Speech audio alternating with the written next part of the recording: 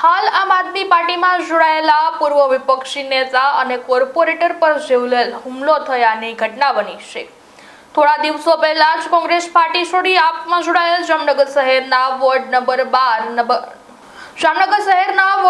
12 નગરસેવક અને પૂર્વ વિપક્ષી નેતા અસલમ ખિલજી પર 4 જેટલા અજાણ્યા શખ્સોએ પોતાની કારથી નગરસેવકની બાઇકને ટક્કર મારી મહાનગરપાલિકાની કચેરી નજીક ધોકા, પાઇપ, તલવાર જેવા હથિયારો વડે જાહેર ઘાતક હુમલો કર્યો હતો, જેમાં તેઓને માથા અને પગના ભાગે ગંભીર ઈજાઓ પહોંચતા પ્રાથમિક સારવાર અર્થે જીજી હોસ્પિટલ, ત્યારબાદ વધુ સારવાર માટે શારદા હોસ્પિટલ ખાતે ખસેડવામાં આવ્યા હતા।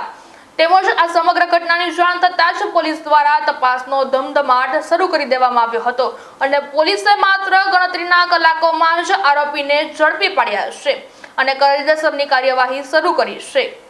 અસલમ ખિલજી પર હુમલો કરવા બાબતે પોલીસે અલ્તાફ ખફી સહિત 6 સામે ફરિયાદ જુનેદ ઉર્ફે પાવડરિયો ઉર્ફે જુનિયો, રજાકભાઈ ચૌહાણ, ઇસ્તિયાક ઉર્ફે ચોટલી, બોધુભાઈ કુરેશી, સલીમ વલીભાઈ ખિલજી, હબીબ ખડી, સમીર ઉર્ફે ચોર, શકીલભાઈ ચૌહાણ અને અલ્તાફ ખફીને પકડી પાડ્યા છે। કઈ જગ્યાએ?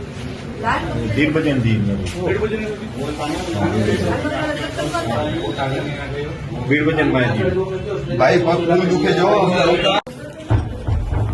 પટકા કહું પેલે અસલમભાઈના બંને પગમાં ગંભીર ઇજાઓ આવી છે।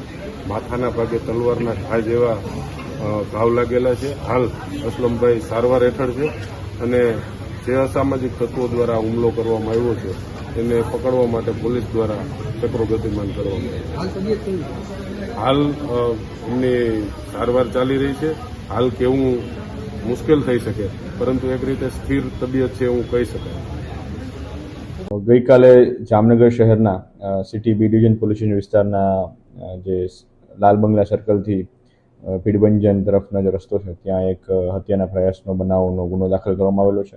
આ બનાવની વિગત મુજબ જે આ કામના ફરિયાદી છે જેનું નામ છે શાહનવાઝ મોહમ્મદ હનીફ અબ્દુલ કરીમ ખિલજી, તેમના કહેવા મુજબ તેમના સગા છે અસલમભાઈ ખિલજી, તેઓ જ્યારે પોતાના 2 વ્હીલર ઉપર જતા હતા ત્યારે પાછળથી કોઈ એક 4 વ્હીલર ગાડી દ્વારા તેમને ઠોકર મારી અને ત્યારબાદ તેના ઉપર પાઇપ, ધોકા અને તલવારના વડે એના ઉપર અલગ અલગ અજાણ્યા 5 ઇસમો દ્વારા હુમલો કરવામાં આવેલો હતો।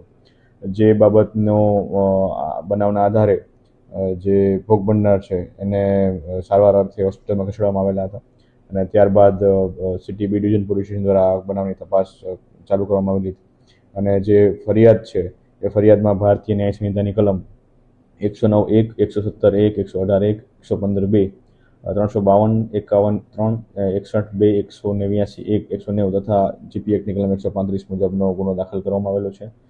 જેમાં કુલ આરોપી જુનેદ ઉર્ફે પાવડરિયો ઉર્ફે જુનિયો, રજાકભાઈ ચૌહાણ, ઇસ્તિયાક ઉર્ફે ચોટલી, બોધુભાઈ કુરેશી, સલીમ વલીભાઈ ખિલજી, હબીબ ખફી, સમીર ઉર્ફે ચોર, શકીલ ચૌહાણ અને અલ્તાફ ખફી, આ અલગ અલગ 6 આરોપીઓ વિરુદ્ધ જે ફરિયાદી છે એમના દ્વારા પ્રાથમિક રીતે જે એફઆઈઆર આપવામાં આવેલી છે એમાં આટલી વિગત સામે આવેલી છે।